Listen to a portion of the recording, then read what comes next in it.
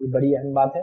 لہٰذا آپ کیا کریں, ویریفیکیشن ضرور کریں. ویریفیکیشن کے بعد اتنا دیں کہ جس سے اسٹیبلش ہو جائے, اور کوشش کریں ایسا دیں جس سے کچھ بیس بن جائے اس کا, اور پھر تجارت شروع کرے, تاکہ ایسا نہ ہو کہ ایک بار لیا کھا لیا پھر ختم ہو گیا. دیا آپ نے ایسا کچھ دیا کہ بھائی یہ لو اناج 2 مہینے کا اسٹاک کرو, اور یہ چھوٹی سی کرانے کی دکان کے لیے 10,000 کا سامان لا کے دیتا ہوں, 2 مہینے اس کے بیچو, ٹھیک ہے.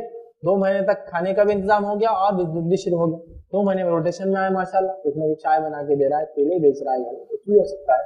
ایون یہ غریب عورتیں, مسکین بیوہ عورتوں کے لیے ہو سکتا ہے. یہ گھر کے اندر چھوٹے موٹے فروٹ, پھل وغیرہ, چاکلیٹ بسکٹ جو بچے آ کے خریدتے ہیں, 10 دکانیں بھی ہو تو چلتی ساری کی ساری دکانیں ہے نا, تو لا کے رکھ دیں, تو ایک روزی کا ذریعہ بھی بن گیا.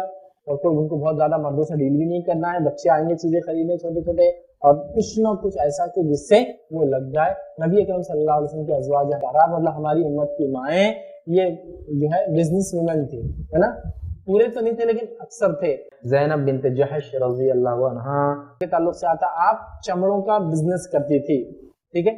اسی طرح ایک امہات المومنین کے تعلق سے آتا ہے کہ آپ بزنس کرتی تھی. خدیجہ رضی اللہ عنہا کا تو میں کیا ہی بیان کروں, آپ تو انٹرنیشنل بزنس وومن تھی.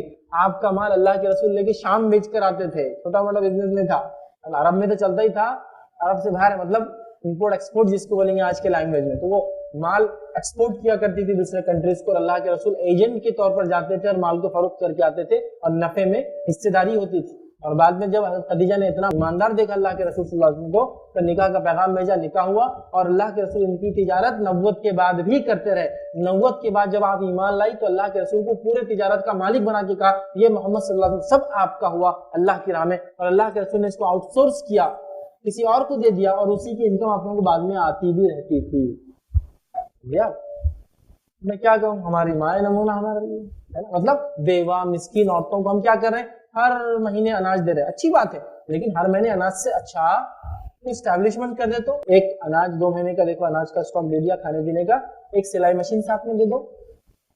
سلائی مشین نہیں آتی چلانا تو سلائی کی کلاسز کو لگا دو, 2-4 مہینے کا کھانا دے دیا, کلاسز بھی لگا دیا, آنے کے بعد سلائی مشین دلا دی. 5-10 ہزار میں سلائی مشین آتی ہے, لیکن 10 ہزار میں اس کا بزنس شروع ہو گیا. کپڑے سی کے دے رہی ہے, پیکو فال کر دے رہی ہے, ٹیبل لگا کے دے رہی ہے, چھوٹے بڑے لباس سی دے رہی ہے, اور اللہ نے اس کو انکم کا ذریعہ بنا دیا. آج کتنی ضرورت ہے ایسی عورتوں کی جو اچھے لباس سیتی ہے نا. ہر عورت کمپلین کرتی ہے جو ٹیلر سے سلاتے اچھا نہیں ہے, تو کتنی ضرورت ہے. آپ اس کو کچھ کرتے دے گی اسٹیبلشمنٹ, یہ آپ کب تک سہارا بنیں گے اس کو لگا دیجیے.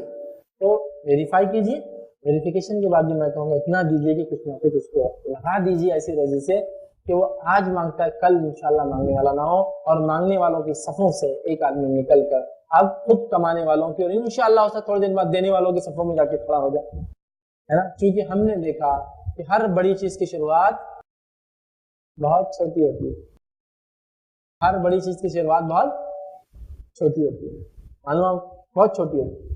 کئی بڑے بڑے برانڈز جو آپ آج دیکھتے ہیں, وہ پتہ نہیں الیکٹرانکس میں کیا کچھ نہیں کرے. ایک زمانہ تھا اسمبل کر کے چیزوں کو بیچا کرتے تھے, اور آج اسمبلی لائنز بیلٹس کے بیلٹ لگے ہوئے کمپنیاں قائم کر دی. تو ہر بڑی چیز کی شروعات چھوٹی ہوتی ہے. تو بہرحال ہو سکتا ہے ہم یہ چھوٹی شروعات کر دیں اور اللہ تعالیٰ سے برکت دے, اور یہ انسان آگے بڑھتا جائے. ویریفائی کیجیے, اور ایسا ذہن رکھیے کہ اس کو مجھے سیٹ کرنا ہے, لگا دینا ہے, میری زکوٰۃ کے ذریعے سالانہ کیوں نہ ہو, میرے صدقات کے ذریعے اور کسی بھی ذریعے, تاکہ ایک مانگنے والا ہم کر دیں انشاءاللہ. اس سے بڑا اچھا ہوگا.